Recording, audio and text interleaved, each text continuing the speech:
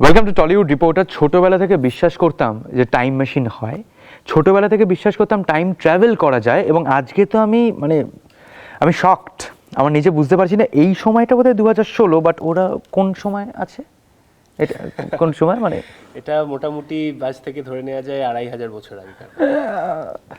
2500 বছর পুরনো একটা মন্দিরের সেটে ওর হাতে আবার লাল লাল দেখে মনে হচ্ছে এক্ষুনি বোধহয় বলি টলি দিয়ে এসছে। বাট আচ্ছা, আমাকে একটা জিনিস বলো, এই যে এরকম একটা পিরিয়ড পিস, এটা কি প্রথমবার করছো রোহিত?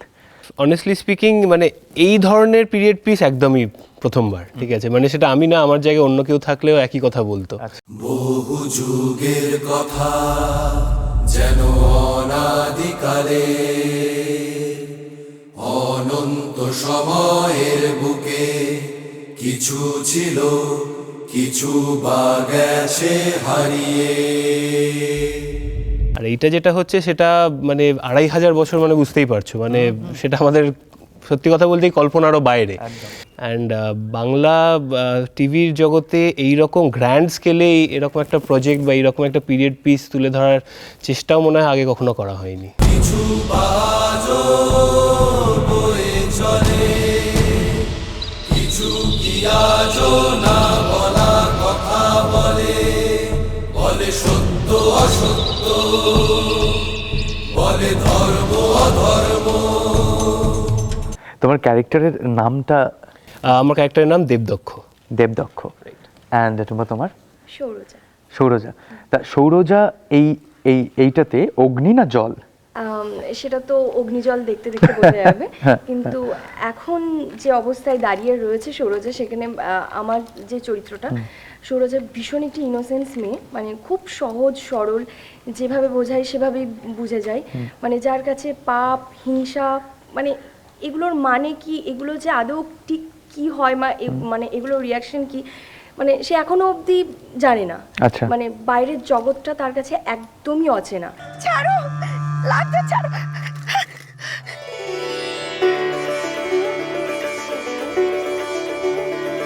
সৌরজা তো এরকম, যাকে ধরো যে যাই বোঝায় সেটা সে মোটামুটি বুঝে নেয়। তা টুম্পা কীরকম? অনুপম da director of the show যা বুঝিয়েছিল সেটা তুমি কি বুঝেছিলে? তোমাকে বলেছিল যে শোন, তোকে এই কাজগুলো করতে হবে, এই যে যা জিনিসপত্রগুলো আছে এগুলো সব পরে রোজ হাঁটাহাঁটি করতে হবে, সিরিয়াসলি এটা তো অসুবিধা হয় না যখন শুটে থাকো না?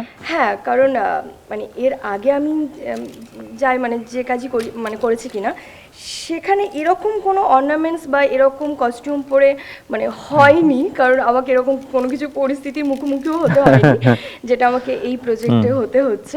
কিন্তু আমার কষ্টটা কোথাও এই ভারী বা এই এত নানা রকম জরির কাজের কোথাও একটা খোঁচা লাগছে, এই কষ্টটা কোথাও চলে গেছে, কারণ আমি এই প্রজেক্টটায় কাজ করতে পেরে আই এম রিয়েলি হ্যাপি, কারণ এটা একদম অন্য রকম, অন্যভাবে ভাবা হয়েছে।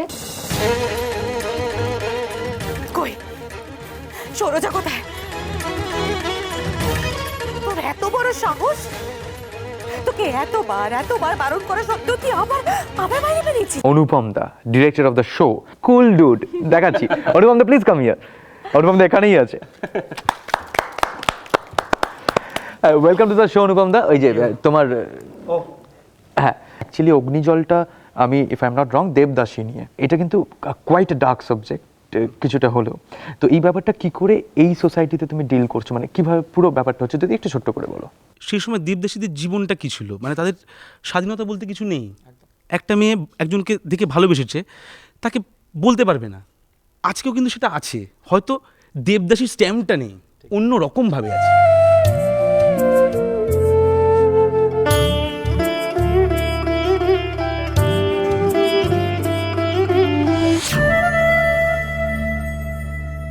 দর্শকরা যারা সবে দেখতে শুরু করেছেন, যারা আরও ডিটেইলিংয়ে পৌঁছাবেন ধীরে ধীরে, তাদের জন্য কিছু বলতে চাই অনুপম দা? হ্যাঁ, ডেফিনেটলি বলবো।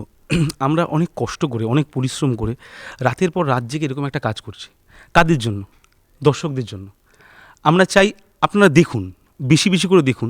আমি শুধু বলতে চাই, সত্যি আমরা অনেক পরিশ্রম করে, অনেক খেটে, অনেক ভালোবেসে কাজটা করছি, আর এই কাজটা কিন্তু আপনাদের জন্যই করা। আপনারা না দেখলে, আপনারা না ভালোবাসলে এর কোনো অস্তিত্ব থাকবে না। সবই আছে।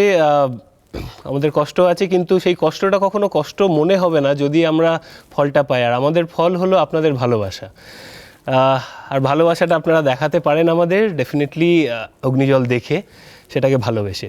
এক্স্যাক্টলি, ওদেরকে এনকারেজ করতে হবে এবং তার জন্য টিভি খুলে কবে স্টার জলসায় সোম থেকে শনি রাত 8টায়। রাত 8টায় অগ্নিজল।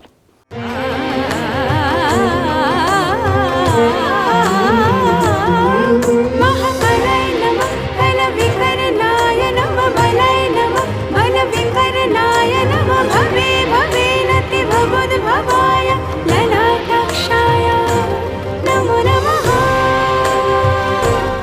আমি এই প্রজেক্টটায় কাজ করতে পেরে আই এম রিয়েলি হ্যাপি। চেষ্টাও মনে হয় আগে কখনো করা হয়নি।